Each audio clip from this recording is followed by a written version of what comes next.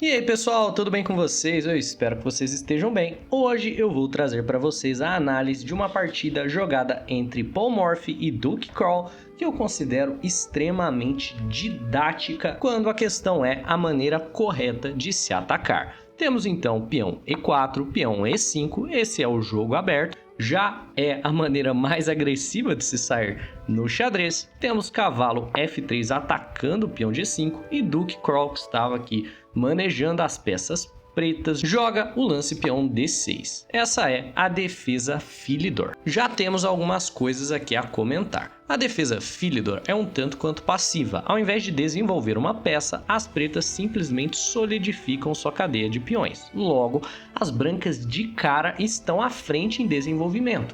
Contanto que a posição se mantenha fechada, isso não vai importar muito. Por exemplo, se você joga aqui o seu bispo C4, você dá tempo para as pretas simplesmente desenvolverem o cavalo, desenvolverem o bispo e fazerem o seu roque. E aqui você acaba não tirando vantagem da passividade com a qual as pretas estão jogando, né? O que é que as brancas devem fazer? Elas devem abrir o jogo imediatamente com o peão D4.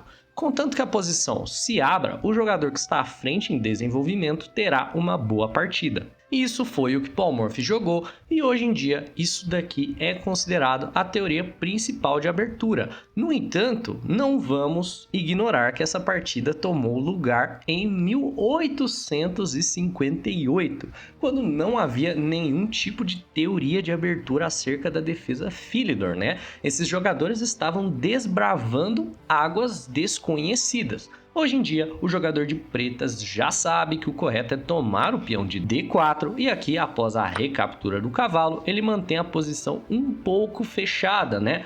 Vão ser geradas duas colunas semi-abertas, mas nenhuma coluna de fato se abre na posição e as pretas têm tempo de correr atrás do desenvolvimento. Duke Crawl, no entanto, não considerou esses conceitos que ainda não eram muito bem estabelecidos no xadrez e com medo que o jogador de brancas tomaria o peão de E5, a coluna D se abriria e após a troca de damas ele perderia o roque, jogou o lance bispo G4 para cravar o cavalo. Esse lance já não é mais jogado hoje em dia, se sabe que ele dá vantagem ao jogador de brancas. Por quê? Ele vai seguir tomando o peão e aqui o bispo tem que tomar o cavalo para que o jogador de pretas não perca o roque. Então, bispo por F3, temos dama por F3 e aqui o jogador de pretas recaptura seu peão. Logo, a gente tem aqui uma posição que não somente está aberta e as brancas têm vantagem no desenvolvimento, como também as brancas têm o par de bispos. O que isso quer dizer de maneira concreta? Quer dizer que já que as pretas não têm mais seu bispo branco aqui da casa C8, todas as casas brancas da posição das pretas estão severamente debilitadas. Por exemplo, a casa B7 se tornou uma casa fraca, a casa F7 sempre é uma casa fraca nesse tipo de abertura, né, de peão rei, e eu tenho inclusive um vídeo aqui no canal explicando várias maneiras de se atacar o peão de F7, então se você se interessa por esse tema, clica aí no card. Continuando a partida, temos bispo C4 atacando o peão de F7 e ameaçando aí um tipo de checkmate do pastor, e cavalo F6 defende o checkmate. Continuando seu ataque às casas claras, nós temos aqui um lance dama B3. É um lance incrível, ameaça o peão de F7 ao mesmo tempo que ameaça o peão de B7. Logo, um dos dois vai cair. Aqui, as brancas no sétimo lance, contra um dos jogadores mais fortes de seu tempo, já estão com uma posição vitoriosa. Vão ficar simplesmente com o peão à frente, beleza? O lance dama E7 é um lance muito interessante, porque as pretas estão mirando aqui a casa de B4, né? A dama e o bispo trabalham em conjunto para mirar nessa casa e talvez forçar uma troca de damas. Então, se o jogador de brancas aqui segue tomando o peão de B7, simplesmente ignorando a ameaça da troca de damas, o jogador de pretas vai poder jogar seu lance dama B4, forçar aqui uma troca e no final não ficar tão ruim, né? Ainda estão aqui contra-atacando o peão de E4. É claro, as brancas estão com um peão a mais, mas talvez não seja o suficiente para vencer o jogo de maneira tão assertiva quanto nós veremos no jogo real. Então, né, ao invés de tomar o peão de B7, que seria o que 90% dos jogadores comuns fariam na posição, ele segue desenvolvendo. Cavalo C3 desenvolve uma peça em direção ao centro, defende o peão de E4 e o computador gosta da ideia de sacrificar o bispo ali para poder tomar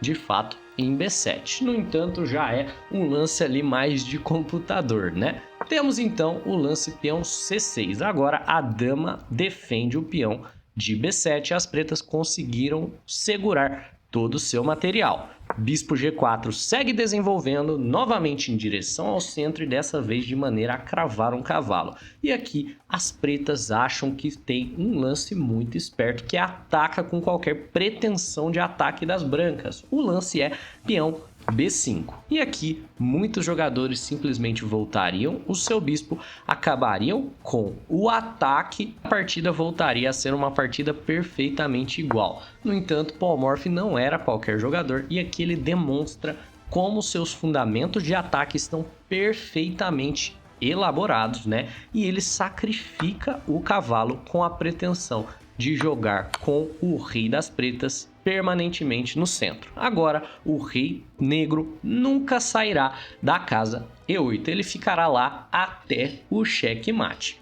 E você deve estar se perguntando, nossa, mas por que a partida está tão ganha, né? É justamente porque as brancas têm o par de bispos, estão abusando da fraqueza das casas claras, estão abusando da sua vantagem de espaço e do fato de que o rei do oponente não tem como sair do centro. Temos então cavalo D7 e note como ambos os cavalos estão cravados. O cavalo de F6 está cravado à dama e o cavalo de D7 está cravado ao rei. Então, na verdade, contanto que o jogador de branca siga colocando pressão nas peças cravadas, ele vai ganhar o material que sacrificou de volta rapidamente. Temos então o roque longo, porque aqui as brancas já dominam totalmente a coluna aberta ao mesmo tempo que colocam seu rei em segurança e colocam pressão na peça cravada. As brancas estão ameaçando tomar o cavalo. E aí você me diz, como estão ameaçando tomar o cavalo se o cavalo está defendido 1, 2, 3 vezes? Pois bem, vamos ver se ele está defendido mesmo. Caso o bispo tome o cavalo, o rei não pode recapturar porque a torre defende a casa. A dama não pode capturar porque senão vai perder a dama e aí o jogo acabou, né? Não tem mais esperança para as pretas. E o cavalo também não pode capturar porque ele simplesmente vai novamente perder a dama e perder o jogo na sequência. Então é jogado aqui o lance torre D8. E agora, se bispo toma cavalo, vai seguir torre, recaptura o cavalo e a situação aqui volta a ser um pouquinho mais agradável para as pretas. Mas pasmem, novamente sacrificando mais material, segue o incrível lance torre toma cavalo em D7. Qual é a ideia? A ideia é que o jogador de pretas deve recapturar de torre pelos motivos já mencionados e as brancas mantêm a sua cravada e conseguem trazer mais material para a partida. Se nós formos avaliar, o jogador de pretas está com 3 pontos de material a mais. No entanto, veja como esse material não está integrado no jogo, né? A dama aqui bloqueia o bispo, logo o bispo não está jogando, ao mesmo tempo que essa torre aqui não faz parte do jogo. Então, em poucos lances nós vemos que 8 pontos de material das pretas estão totalmente inutilizados. Então, essa vantagem de material de 3 pontos que as pretas têm, se nós formos fazer uma análise crítica e real, na verdade é 5 pontos de debilidade de material. Não adianta você ter as peças, você deve ativá-las e priorizar o desenvolvimento. Então, vamos seguir aqui, né? O lance dama E6 visa liberar aqui o cavalo para que o cavalo possa capturar a torre caso haja a captura e bem, B toma ali em D7. Novamente, né? Aqui o cavalo deve tomar e é o que acontece. No entanto, nós temos uma situação aqui onde todas as casas pretas são controladas pelas brancas. Logo, se essa torre magicamente conseguisse cair na casa D8, teríamos um lindíssimo checkmate. Paul Morphy claramente acha a sequência que faz isso, né? E o que é que você deve jogar? Você deve jogar qualquer lance que distraia o cavalo da casa D7. No caso, um lindíssimo sacrifício de dama em B8. As pretas não têm escolha senão capturar a dama. E agora temos o lindo torre D8 checkmate em apenas 17 lances, mostrando completa dominância acerca do seu oponente, apenas utilizando de maneira bem feita todos os princípios básicos do ataque. Pois bem, pessoal, eu espero que essa partida tenha sido didática para você, jogador agressivo, jogador de ataque. Se você gostou, deixa um like, se inscreva no canal, porque a gente posta vídeos aqui todos os finais de semana. E um abraço, eu vejo vocês na semana que vem.